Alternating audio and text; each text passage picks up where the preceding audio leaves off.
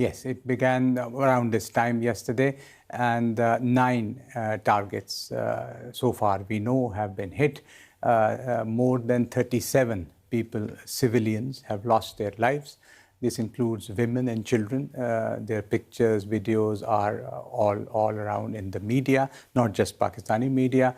About 58 or 59 are injured, some of them grievously.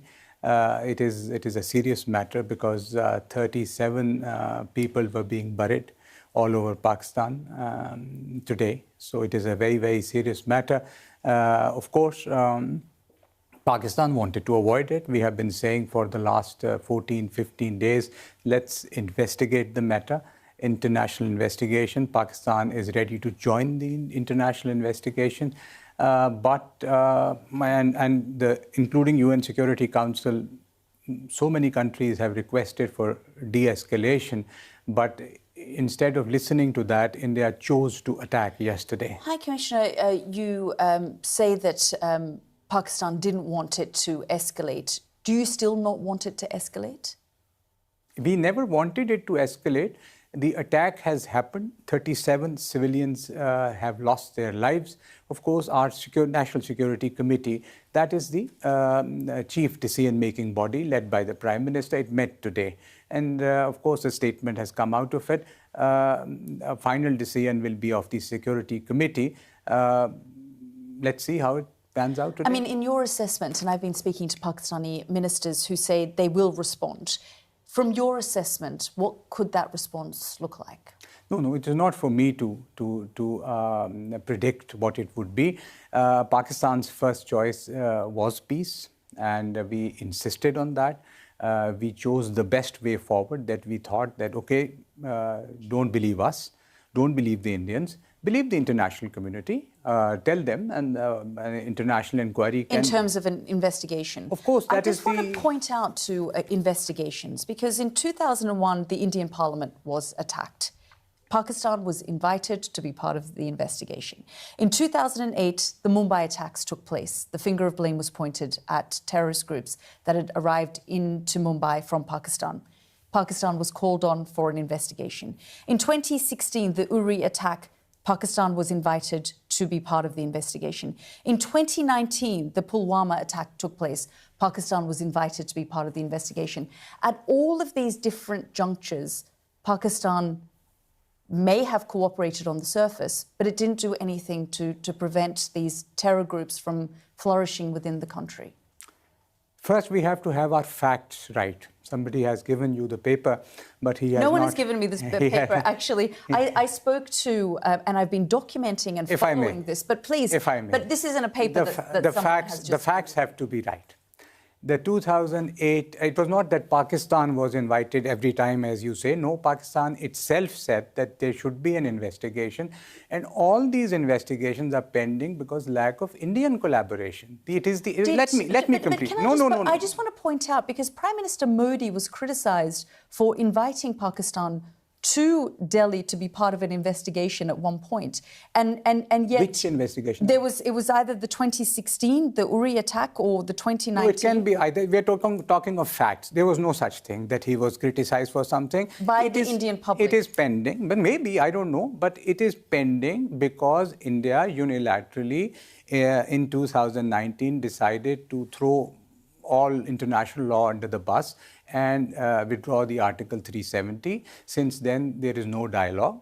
The SAARC summit, SAARC is the organization which runs South Asia, which should have led South Asia to development, 1.7 billion people.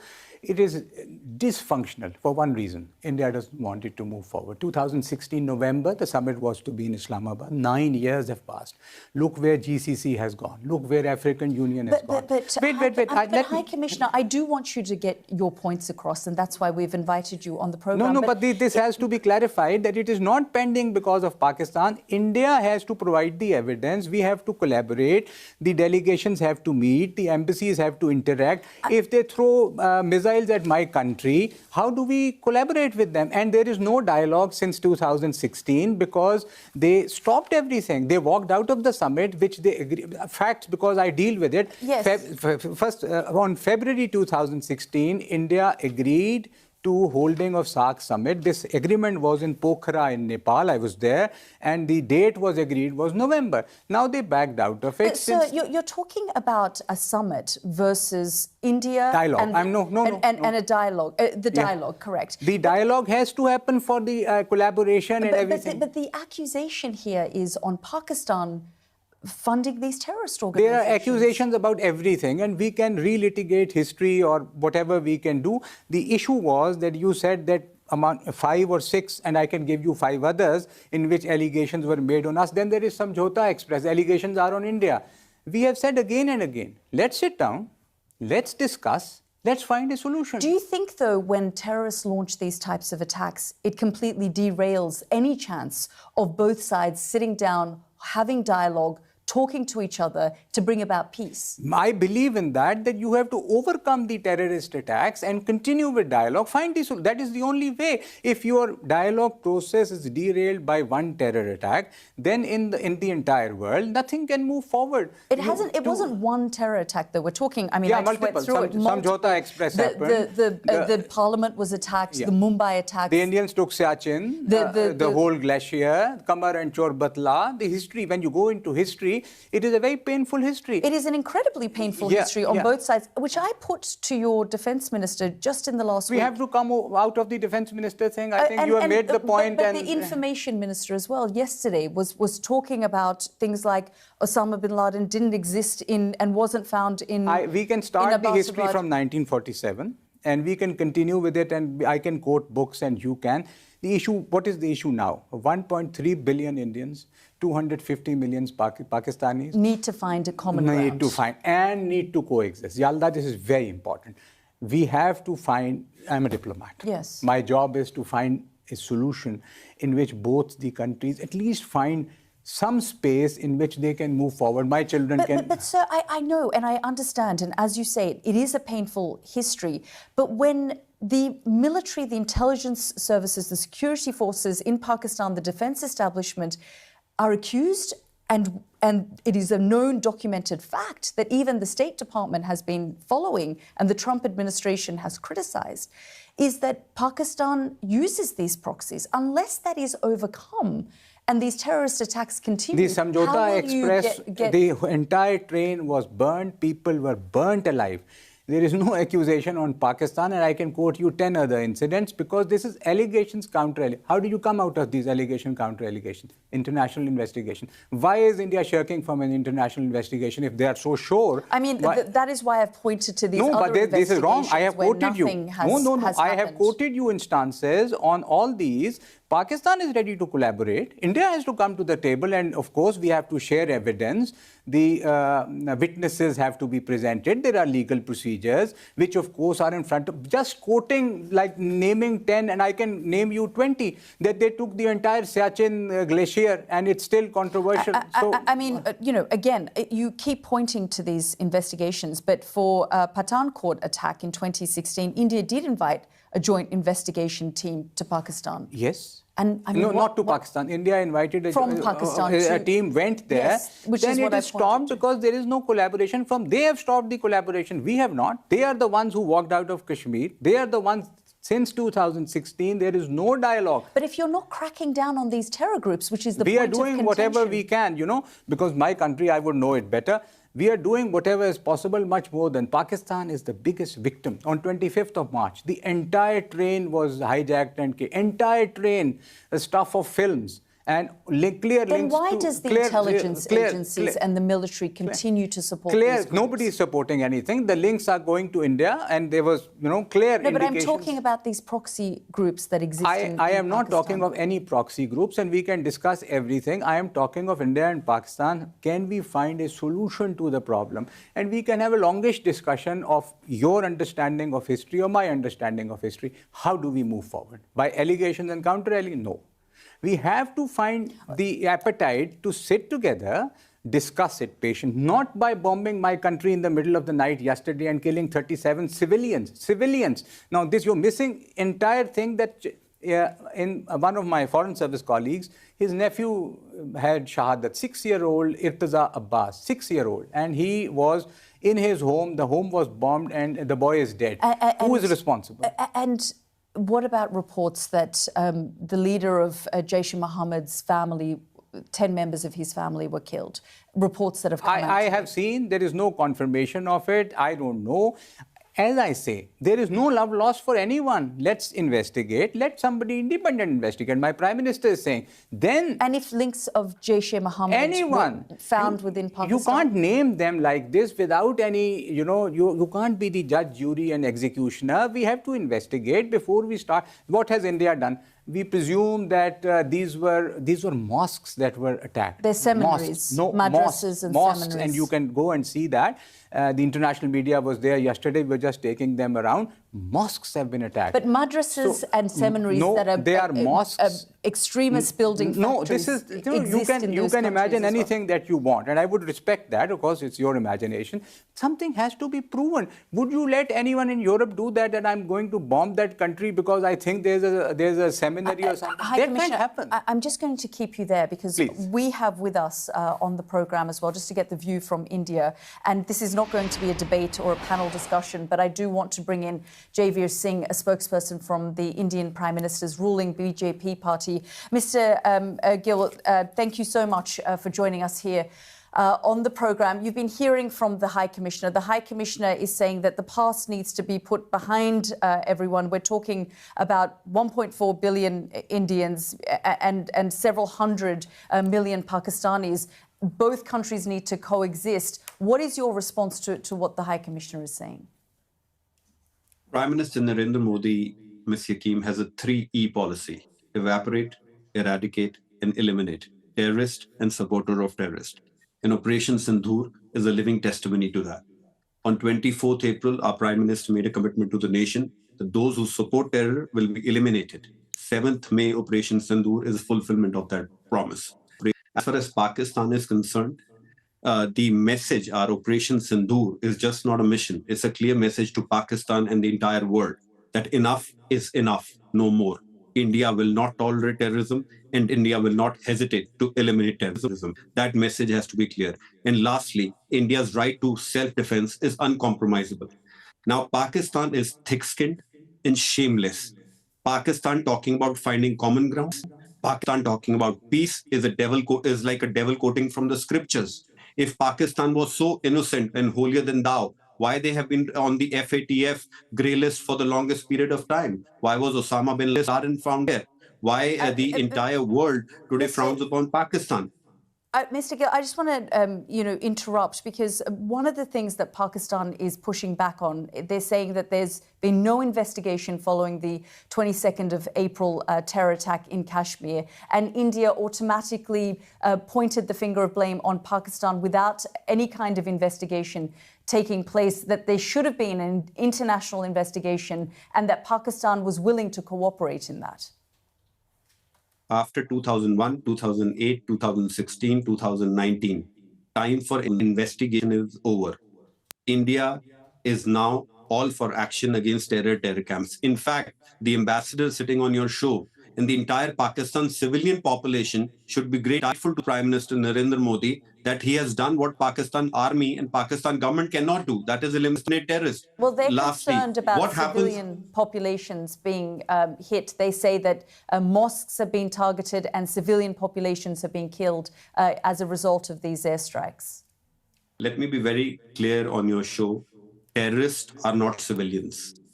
Our press release officially from the government of India clarified with proof, visuals, no civilian, no military establishment, and no civilian houses were hit.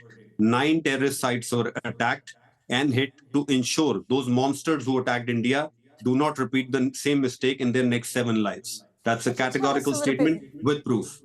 Could you tell us a little bit more about this evidence that you're pointing to of the targets that were hit? Because there's all sorts of information coming out on all sorts of platforms about who may have been targeted and killed. From the Pakistani side, they say that they have images, videos that show that civilians, including women and children, were hit and targeted, including mosques. And India last night, the army put out a statement to say that these were seminaries that were hit, that groups like Jaish-e-Mohammed, which they believe were linked to the Kashmir attack of the 22nd of April, were targeted. And there's all sorts of information currently in the fog of war that seems to be swirling around. 10:30 a.m. India time, the government of India did a detailed press briefing where all the visuals were also there. Secondly, Ms. Hakim, please understand the approach between the two nations. Difference. India believes in combating terrorism. Pakistan believes in supporting terrorism. And when ambassador on your show talks about evidence, the defense minister of Pakistan was asked, you are claiming that you shot down 5 Indian planes. Where is the proof? He says it's all over social media. Now, that is the kind of hallucination Pakistan suffers from. On the contrary, today Pakistan has hit a Sikh holy temple, killed children, hit civilians in Poonch. India is still warning that Pakistan should stop, resist supporting terrorists. Otherwise, Pakistan is already known as a country which holds a record for deploying their air force, deploying their army, and hitting Indian civilians for what? For the sake of pleasing terrorists in terror camps, which have put a begging ball in the hands of Pakistan. There is a reason. My last comment. India is the voice of global South, and Pakistan is the face of global terrorism. And we will slap that face hard. And there is no negotiation in that. Well, at this point, things are tense and have escalated on both sides. Will India back down now, draw a line in the sand? Because Pakistan says that it has no choice but to retaliate, given the scale of the attack last night. 2 quick points. Number one, if Pakistan will retaliate, they will hit another self-goal and expose themselves and prove to the world that Pakistan is in support of terror and terror groups. Number two, India will not back down. India is awake. India will not sleep till each and every terror camp in Pakistan is destroyed. Mr. Gill, thank you very much for joining us here on the programme. Thank you. I just want to get your reaction, because there's clearly a lot of anger in India around this. It's going back to the root of what we were talking about, that terrorist camps exist in Pakistan, and India says that that's what it hit. On the point of the Pakistani Defence Minister Khwaja Asif speaking to television networks and saying that these fighter jets were struck down and referencing social media, that is an interview that I saw as well. Just your response and statement to that. First, we should always be civilized in our comments. So the kind of language, it's very nice. Even if we go to war with India, that doesn't stop me from being civilized. So my comments will be within civility. The jets shot down. I hope you have seen in the CNN now, there's this news item quoting a French intelligence person and clearly saying that more than one plane, Rafales, were shot down. More information is coming. I am no one to doubt CNN. It is a global name. It has published something. So there must be some merit to it. There are others, many other sources. I'm quoting the defense minister who was pointing to social media and not actual No, I am quoting you CNN, and you can see it. Just one search. He spoke to CNN, the defense minister. Yeah, you can. What I'm quoting can be checked on CNN. This is a French intelligence. They are quoting. I'm not quoting anything. That their planes have been shot down. And we should be still, whatever we go to fight or not, we should be civil and we should have logic in whatever we are saying. Just by claiming that they are terrorists, I am this means nothing. Please, let me. Now you have. I do want to. I know you're making a civility. I know you're making a civility. This is not how it's my country at stake. It's not my persona that This is not acceptable. The kind of language that he was making. This is the reputation of your institution also. We should be, fine, we go to war, but that doesn't take us out of the civility.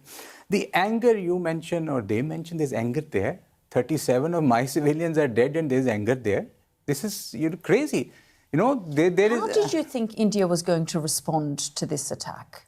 Which attack? This, the 22nd of April attack that took place in Kashmir. You have to, for God's sake, you have to prove something. You can't be the judge. I respect you a lot. But whatever you say can't be taken on the face value. It's not me. It's not me saying it. No, but there is a history of Lashkar-e-Taiba. There is a history of Lashkar-e-Taiba, the military, the ISI backing these groups.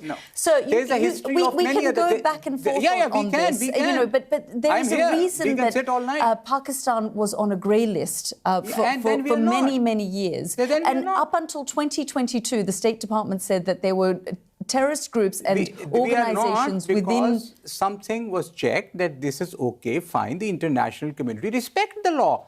They said that you're not on the grey list anymore. Accept it then. That's fine. Somebody must have checked. Somebody must have verified. There are institutions. So there was something. Madrasa, every seminary, I don't know. You should ask the FATF, na? If there's a question mark here, please ask the FATF. That why did you take them? You know, you have to respect something. You don't respect the UN. By you, I mean, you know, them. That you don't respect the UN Security Council resolutions, which you accepted that you'll ask the people of Jammu and Kashmir whatever they want. They agreed to it. Now they have walked out of it. You don't accept the Indus Waters Treaty, the treaty that negotiated for 10 years and everything, and you say, we are walking out of it. A country which is like in a habit of not following international law is telling... I mean, they would say the same about Pakistan. No, but I'm quoting you. I know you are so, and I know that you're a diplomat, and I know that Pakistan's civilian government has long tried to distance itself with the history of funding and backing terrorist proxy groups. But that is also part of Pakistan's history, which Bilawal Bhutto has admitted to me, which your defense minister has admitted to me. Is sadly not just any terror group. It is the Jammu and Kashmir dispute, which is there for 78 years. And that's why these terror groups exist within Pakistan, to target... No, they were there or not there.